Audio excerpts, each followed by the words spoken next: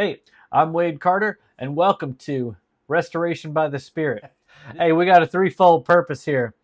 The first fold of the threefold is teaching on truths around God's calling Christians to active Christian life, specifically not lukewarm or passive belief.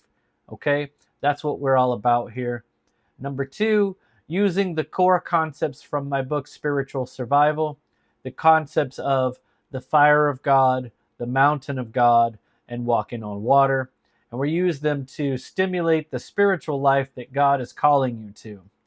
And number three, to produce episodes in these formats.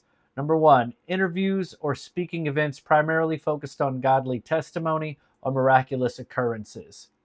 Number two, generalized teaching that digs into real spiritual threats like fear, compromise, isolation, fatigue, identity erosion, laziness, etc., and how they slowly weaken the believer or the mountain climber.